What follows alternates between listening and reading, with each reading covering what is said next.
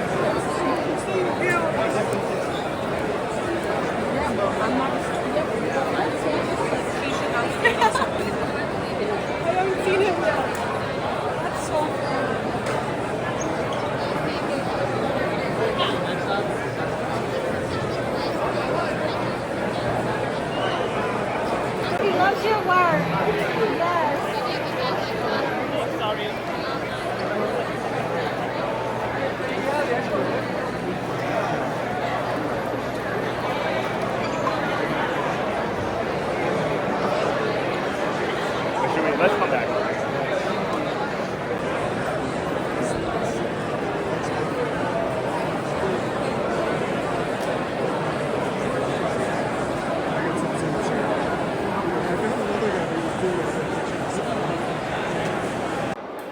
Het is druk in de Art Deal nog steeds, het is zondag. En kijk eens wie we daar druk zien tekenen. Dennis Menheere, Den! Hallo! Hallo! We wisten dat hij er was. En we hebben hem ook gevonden op de laatste dag van Comic Con. Dennis! Vriend van de show. Menheere. Hallo, hallo, hallo. Helemaal uit Zeeland. Helemaal, ja. In de Big Apple. Ja. Hoe bevalt het, jong? Ja, heel goed. Het is echt heel bijzonder. Echt de jongensdroom die uitgekomen is voor me. Het grootste con van de wereld, samen met SDCC natuurlijk, maar dat komt volgend jaar. Maar het is zo enorm en de aanloop is zo veel. En ik ben een beetje overweldigd. Een beetje overweldigend. Ja. Je hebt goede zaken gedaan. Ja, ik heb heel goed zaken. Ik laat even wat zien. Deze zijn nog verkocht, hè? Die zijn nog niet verkocht, die zijn nog beschikbaar. Nou, maak je nu reclame voor hoeveel? Geen idee. Geen idee. Neem contact Ik geloof op. dat mijn agent er 600 zou vragen. Neem contact op met Dennis als je deze kunstwerkjes wil zien. Hey, en Little Nightmare Descent into Nowhere is uitgekomen. Ik heb nog 1 kaft, die is al gereserveerd, maar dat is hem. Ja, ik heb hem gekocht. Jij hebt hem gekocht? Ja. In Forbidden Planet hier. Superleuk. Ja. Ik heb hem gevonden in Midtown. Ha. En ik heb hem nog niet. Ik heb hem niet meegenomen. Nee, dat is niet handig voor je. Nee. Ja, we zien elkaar vast wel. Ja, ongetwijfeld. Dingen. Hey, wat was het allerleukste van de con? Het allerleukste was, gisteren ging ik even frisse neus halen en er stond een stelletje en die jongen die had een petje op van een band die uit elkaar gaat en een laatste tour doet, dat weet ik toevallig. En ik zag zijn petje en ik zeg, hey, ben je naar de show geweest? Blablabla, gewoon even een gezellig gesprekje. Niks aan de hand, dus ik ga op een uur weer terug. Hij vraagt aan me, welk tafelnummer zit je? Ik zeg, dit tafelnummer. Half uurtje later staat hij hier, koopt gelijk 4 of 5 originele werken. Mijn hele vliegreis en mijn hotel betaald door 1 gesprekje.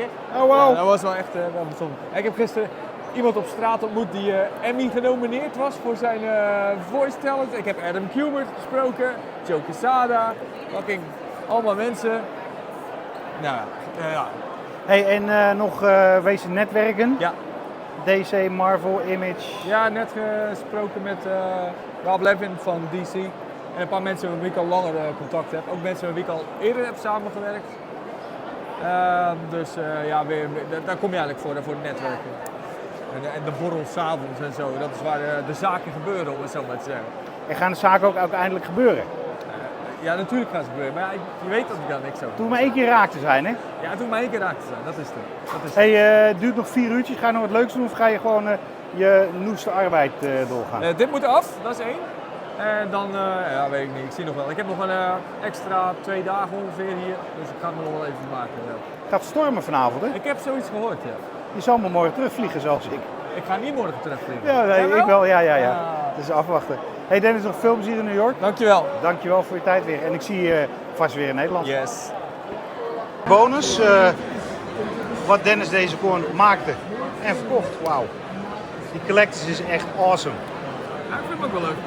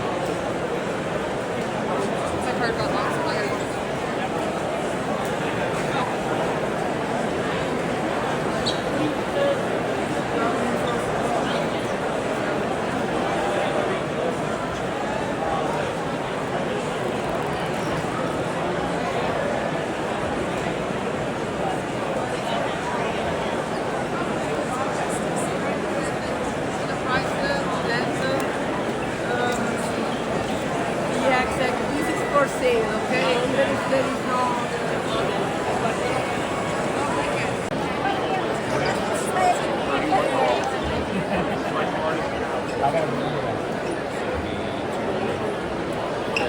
Maybe now. So 20 for this, and then we're going to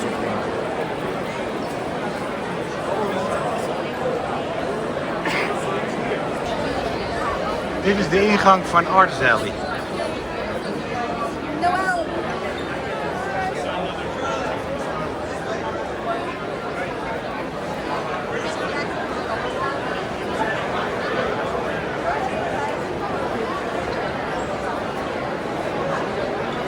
Wat een chaos.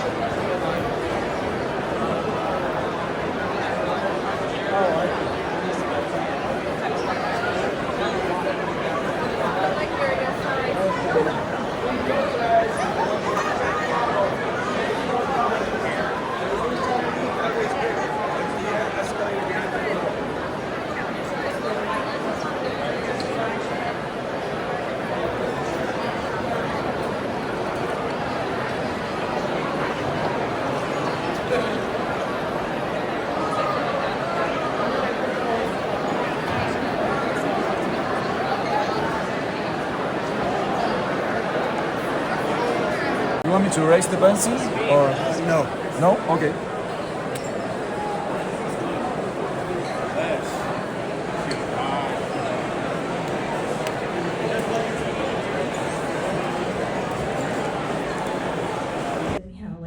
How did you find, was that, do you feel that the X-Men are in that sort of place as well?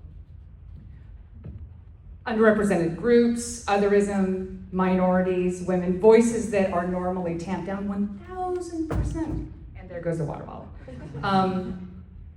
It was, for me, it feels like, It's a lesson for everyone else. I actually I can't remember if it was an issue or if it was characters. It feels like it was just, for me, it was always, I've been an X-head from way back. It was every single title I could collect. Kitty, like I said, was a huge one.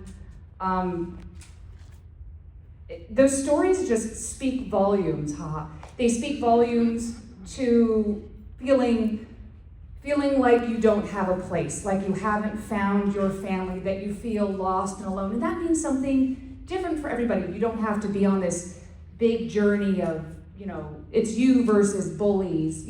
Every one of us goes through the metamorphosis, the evolution of finding out who they are. That's just the horror and the beauty of growing up. And those comics came along with me. Those comics were my entry into the original show, which threw me back to the comics. Following those characters, finding each other, finding the bravery to speak up, even in small ways, was just always, it always was for me, always really inspiring. Okay, so in hindsight, now I can follow that, but I think at the time when I was a young person, I wasn't thinking so deeply about it, but it was, a lot of the X-Men characters really did feel like well-rounded characters. You knew them, you feel like, Yeah. even though they're these fantastical worlds and they're in costumes and they look this way, they were your friends, like you knew these people. Right, and not to be controversial, but I felt like there were less female characters maybe in some other places that I didn't have access to or I wasn't exposed to, or the ones I was exposed to just weren't as well-rounded, and characters like Rogue, I could access her and understand her as a full person, as opposed to just a, damsel in distress. Yeah, or these statues of, there was nothing like these pillars of perfection and all that. Like Kitty was a dork, and I loved her for that. And she went through these waves, all these sort of evolutions of Kitty being very suave and the hero that saved the day, and then just messing it all up, and it was great. Yeah, I remember my first obsession with a Marvel heroine was really She-Hulk, and just realizing here's this character who's hugely strong, but also incredibly smart, and a hot mess all at the same time. Was really just really engaging and attractive, and I have to know more about this person. So I do want I want to talk about careers a little bit. I want to ask all of you, like, did you set out, you know, as a young adult to have the position you have now, or did you come in sideways? I think there's a lot of questions in these kinds of panels of like, how do you break into comics? And the maxim is that everybody breaks into comics a different way. And so, like, could you just speak to like how you kind of got to where you are now? Well, I guess I'll kick this off since you guys just look this way. I mean, man, I came in sideways and upside down and backwards. Like, my career's been very strange. I graduated college in political science, and I studied Middle Eastern and Asian studies. I thought I was going to be a journalist. Yes, Middle Eastern and Asian studies. Thank you so much, sir, for supporting us. I was a young Muslim in growing up in, God, it hasn't changed, in strange times. 9/11, the perception of Muslims just kind of sucked in the world. And it really affected my own self-perception. I've talked about this a lot, and of course, I mean, that is a lot of my connection with these characters, is because they could be outsiders and be strong, and their vulnerabilities actually were strengths, and it always made me feel more connected. And so I thought I was going to be a journalist and, you know, tell people, oh no, Muslims aren't that bad. If I'm in front of a camera, maybe they'll believe me. And I tried. I actually ended up working in publishing for a little while.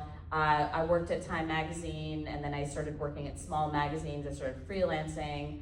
I bounced all over, and then I ended up getting a job.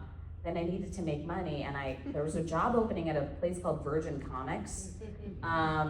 For any of you guys oldies like me, it was Richard Branson had invested in a comic book company, and I got a job there, and I actually learned how to make comics, and I learned about visual storytelling, and it was a crazy experience. And from there, I got a job at Marvel Comics as an assistant editor. Very wonderful, and really, you know, it was terrifying because I genuinely wasn't sure if I was good at being an editor, and I learned from my colleagues, and I grew, and I have such an appreciation. And I never thought I would get a job as a comic book editor. I loved it growing up, but I had no idea that it was a possibility, and I just got very lucky. And from there, my job has evolved quite a bit at the company. I became an editor. I started working, worked on some animation stuff, I worked on some documentaries, and then I got a job at Marvel Studios in live action narrative. So there's so many more details to it, but it's been a journey. Woo. Created Miss Marvel. Yeah. Yes, that's right, I created Miss Marvel.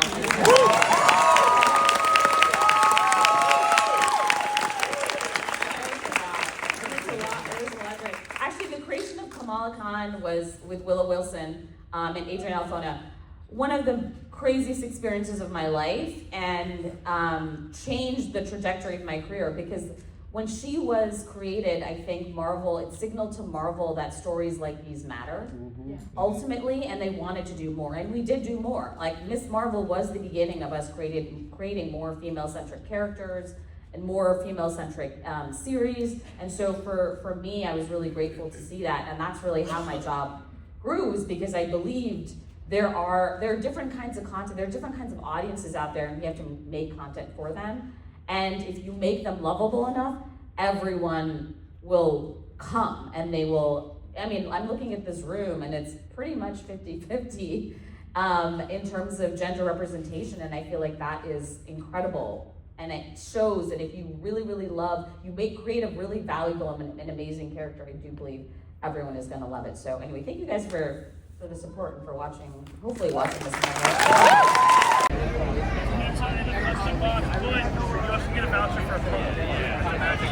That is cool and worth a couple. No, it is totally worth it. I'm trying to figure out if I want to get live for it. Yeah, it's very, very fun. Thank you. Let's just sneak in. Let's sneak inside.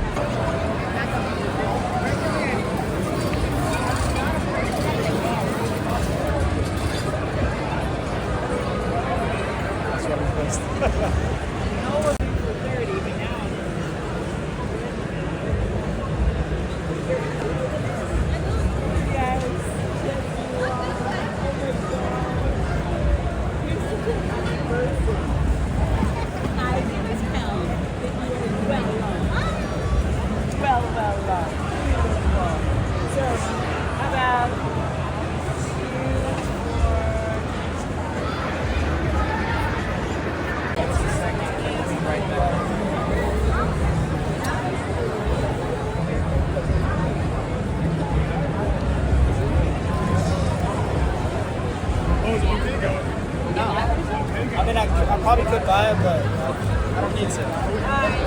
I like selling it better.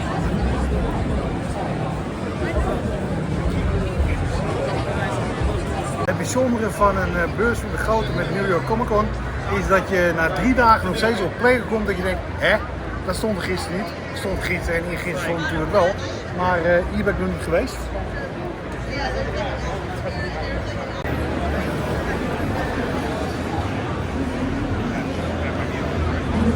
Resident Evil.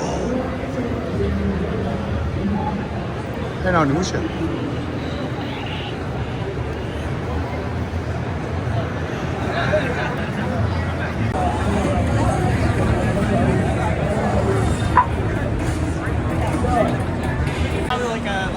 Like the full art lamp?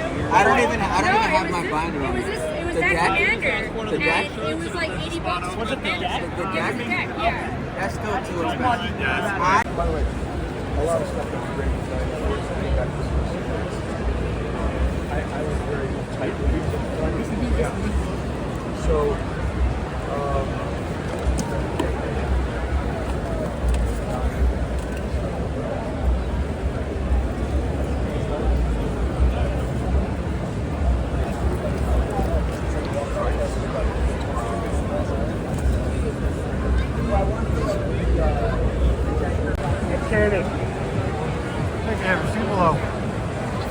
Sorry. Stoot zo haar hoed bijna af. Echt. Het is zondag. Er hoort een rustige dag te zijn. You know what? That's a lot. Lobo. Dat helpt ook niet dat je midden stil blijft staan.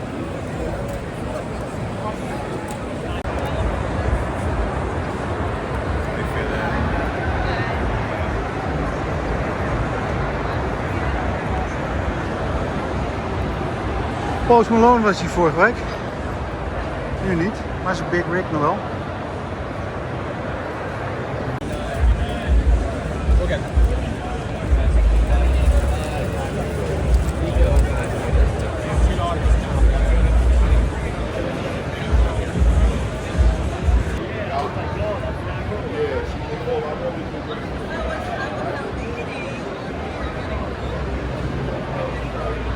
Zelfs Spider-Man CGC zijn boekjes. En dat was Comic Tom. Maar het kan nog gek, hè?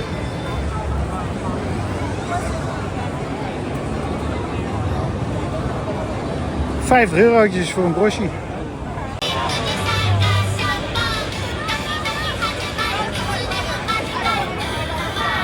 Ik weet niet wat het is. Maar dit is heel populair.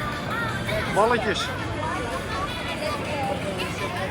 Als je geen smaak hebt en wel een hele hoop geld, dan kan je de limited edition van Spider-Man Song of Steam kopen voor maar $30.000. Dollarkoers staat goed, dus sla je slag. Op is op, zou ik je al zeggen.